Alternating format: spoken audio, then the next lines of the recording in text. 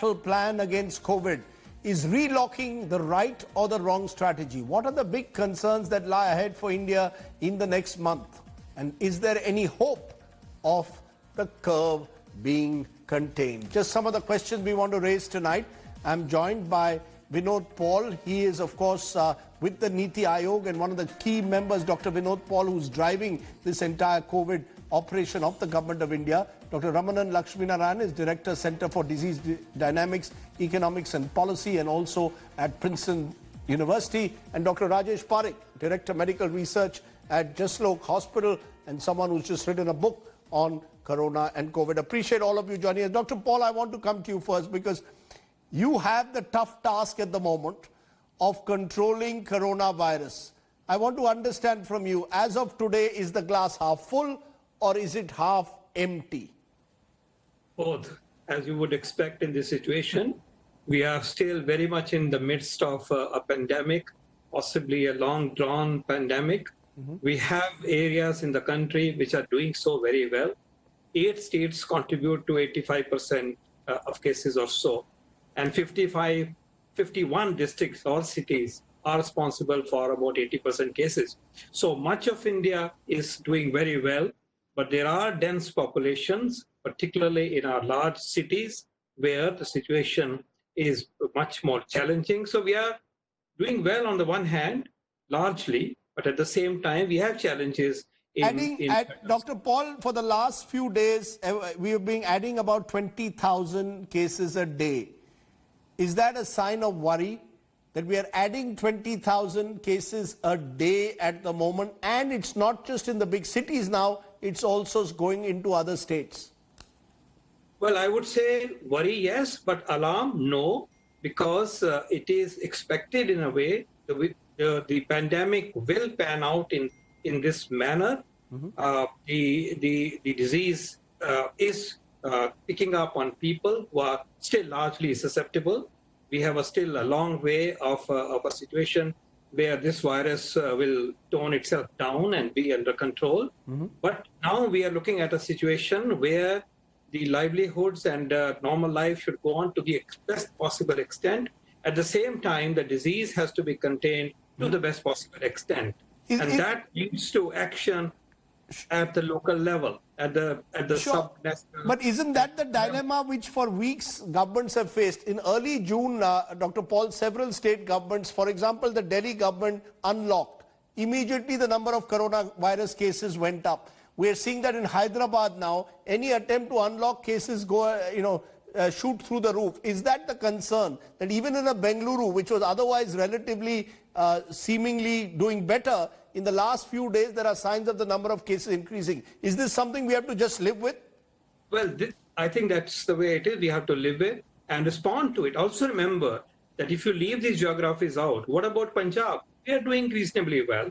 Haryana, we are doing reasonably well. So I think it is, and in Gujarat is stabilized, Ahmedabad itself has stabilized. So there's no one kind of a paradigm that we are looking at. We are looking at things that are different in different places. And it is always the real trajectory of the pandemic is dependent upon how intelligently the society and the people respond in terms of making sure that when we try to lead normal lives in a de-lockdown situation, which is an extreme step that has to be taken at times, that we steer our lives in such a way that the viral spread is to the minimum possible. And both possibilities are to be balanced, and they are possible. These things are possible. Let me come to you, Dr. Ramanan, Professor Lakshminarayan, because you steadily given the most extreme prediction. You had suggested in one interview a few months ago that by the end of September, we could be 200 million corona positive cases. Now, we are a long way away from that. Our mortality rate is at about 3%.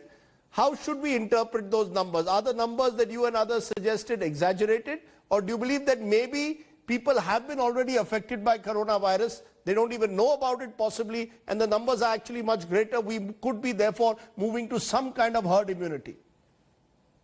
Rajdeep, the number that we see every day is reported cases. That is not the total number of infections. And I think any epidemiologist would agree with that. The last time India did a serology survey, that was probably end of sometime end of April, early May, that showed about 0.73% of Indians had been infected in the locations where the survey had been done.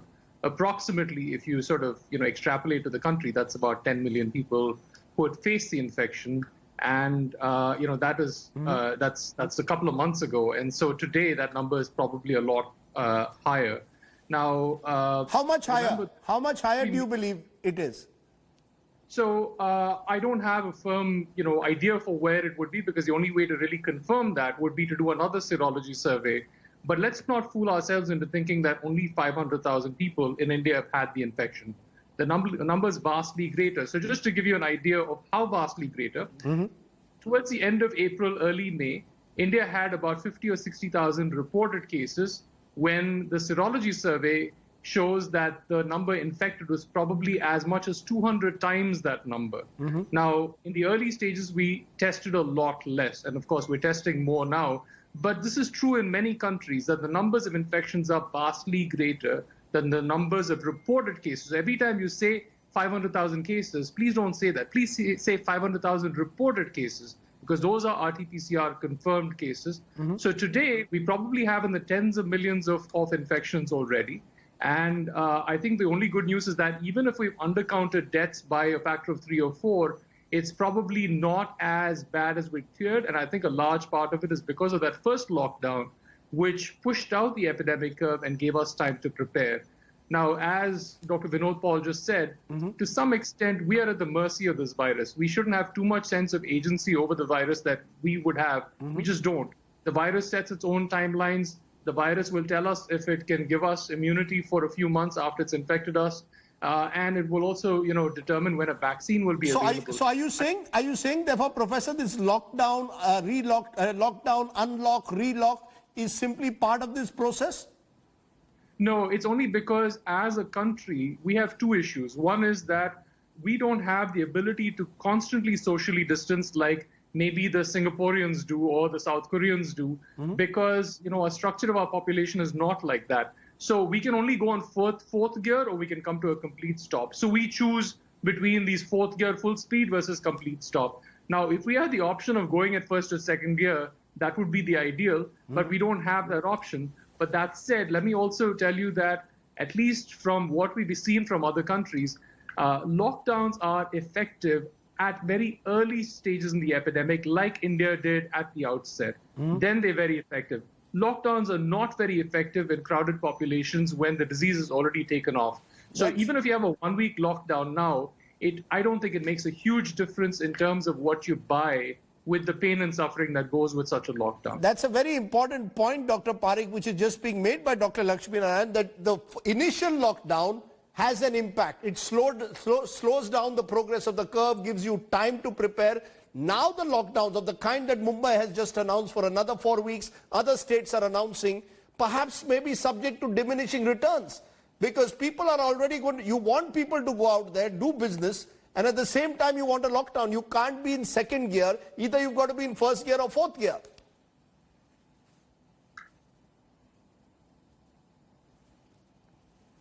Okay, we are having a problem. We're having a problem with your audio, Dr. Perik. We'll try and come back to you in just a moment. Can you hear me? Yeah, go ahead. Okay, so first of all, I am in near complete consensus with both Dr. Vinod Paul and Dr. Lakshminarayana. Yes. Specifically in answer to your question that, we have to choose between the first and the fourth. I'm not entirely in concurrence with that observation. I think a key element of the strategy has to be flexibility. We have to be able to opt to shift gears as we go along. And, you have the war metaphor right up there when you're talking of a battle plan.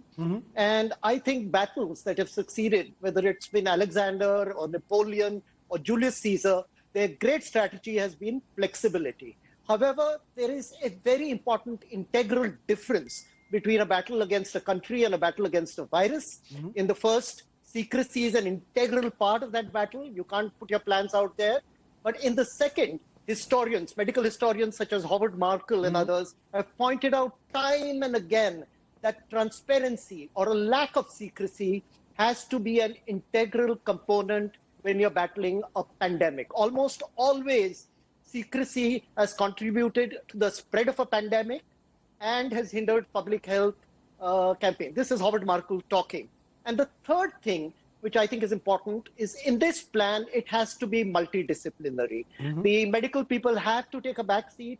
Well, it was largely a mathematical projection in the beginning. The medical people came in. Now, of course, the economists and the sociologists and political people need to come in. You need to have a multidisciplinary, highly flexible and highly transparent plan.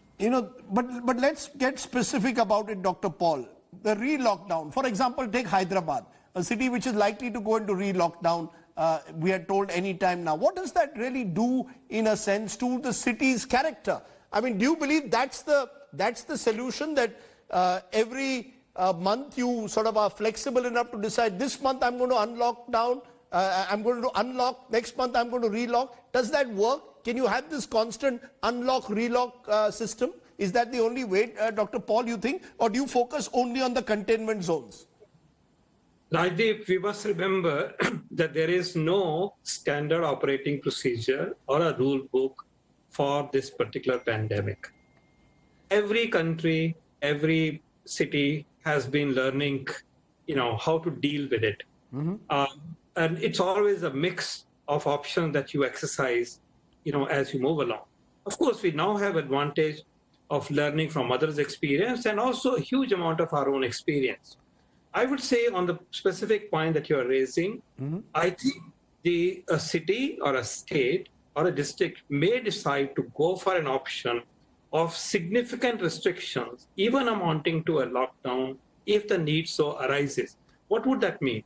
It would mean that the number of cases are now surging in such a manner that I can foresee that 10 days from now, 20 days from now, or even 5 days from now, the number of sick individuals may be too high for the health system to tackle. Now, that's an obvious situation where something very drastic needs to be taken. One approach is, can we augment the capacity of the health system? Unfortunately, that does not happen so quickly, getting nurses, getting ICUs done. So there is a finite capacity of the health system that's available to us. When that appears to be breaching, we have to exercise the option that beyond a certain point, virus and its transmission is suppressed to the best possible extent by bringing the ultimate social distancing mode, namely what we know as a lockdown and a general lockdown. So are you saying, Dr. Paul, that... Sorry, go ahead. Yes. There is always a principle of a containment zone where a cluster of cases occur, and we create a mini lockdown situation there. Now, that never will go out of fashion. Wherever there are such cases, you will exercise that option. But if the situation is much bigger than that, it has a larger footprint, and significant measures need to be taken to ensure that we stay below our capacity. We have a headroom of a health system. Then such a measure may be the only option that is left to go forward. Am I right, though, Dr. Paul, in saying the government of India's approach now is that every district must take this call, that every state government must take it call? This call cannot be taken now in Delhi. For example, the Assam government has said we are going to have a very strict lockdown in Guwahati for the next week. That decision presumably, therefore, has now been left to the health minister of Assam to take. Am I correct? That's the new strategy also, decentralized to the maximum degree. Well, that is the way forward. As I said, 8 states are dealing with 85% of the problem. The remaining states can live a different kind of life and can have, things that are really not restricted. At the same time, where there is a need for us to take action on the ground that I refer to, yes, local decisions may need to be taken, and the size of that restriction in terms of a geography could be small, could be medium size or bigger. Right. We have to deal with the pandemic as we go along, but also remember, there may or may not necessarily be the most accurate decision that is taken in this regard. We are all learning, and therefore some level of flexibility has to be given. Right. Some faith has to be assured in the people who are dealing with the problem at the district level and the state level of their wisdom and their decisions. So therefore, Professor Lakshminarayana, as we go ahead, are you seeing India, which initially was being broken into the red, orange and yellow zones, are you seeing those divisions now blurring, becoming, what was yesterday a relatively safe area, for example, like Goa has suddenly experienced a sudden spurt in cases. Assam had few cases, now a sudden leap. So you're going to have to be constantly flexible now in strategy. Do you agree with that? Well, Rajdeep, we have to be flexible in strategy, but let me also say that our metrics for determining when a lockdown should happen are in a very reactive sort of a fashion. The surge in cases that will happen a week or 10 days from today were infections that happened probably 10 days ago, when we didn't really know that there were infections happening. So we don't actually know when it's spreading. And because we can't scale up our testing infrastructure more than we have already, because I think in the early days, there was valid criticism that the testing was not sufficient when we were doing 3,000 tests a day. Today, we're getting close to about 200,000 tests. Maybe we'll get about 400,000 tests or whatever. I think we'll max out at that point in time. The lack of visibility into exactly where the cases are, and I'll also add the lack of accurate death reporting, because every death is the biggest predictor of where there are cases. It is that lack of transparency in some parts of the country that is leading to the need for much more blunt instruments which call for shutting down an entire district or a city rather than going after the certain community or locality. Now, I agree with Dr. Paul. I don't mean to second guess at all what the public health authorities are doing in any particular city, because they obviously have eyes on the ground. But there are mechanics of the disease that are important to recognize. And one mechanics is that there's about a 3-week lag between when you get infected and when that person floods into the system. But the fact that our mortality rate is around 3% and has remained steadily that, and recovery rate is increasing, is that a sign of hope? The recovery rate is really meaningless, because at the end of the day, we should have a 99% recovery rate. I would hope that we're not stuck at 58%. So this is it's, to an epidemiologist, that's not really a meaningful statistic. I think we'll end up at 99%, because 99 out of every 100 people should recover. Mortality, I think it's still, if we adjust for age, we're not that different, but we have a lot of unknowns because of the amount of testing. We don't really have a good handle into the actual number of deaths and the actual number of cases. So truth be told, we won't really know this picture for a while yet. So I think it's too early to call victory. It's also too early to claim defeat. Both are not right. I think the honest answer is we just don't know about this. Dr. Perik, just a final quick word from you. I mean, is this therefore, should we all be prepared essentially for a long haul? Is that the sense you're getting? Oh, absolutely. But on the mortality issue, a quick word. While we are not very sure about the number of people who are infected, it's not easy to hide dead bodies. We must be reasonably close to the number of deaths. Now, if we presume that the number of infections is actually more than what it is, and then if you look at the ratio, it moves in favor of a lower mortality than a higher mortality. We are sure of one component, we are not sure of the other. The one we are not sure of is much larger, presumably, than the number that we have, and that, I think, reduces the mortality rate. Okay.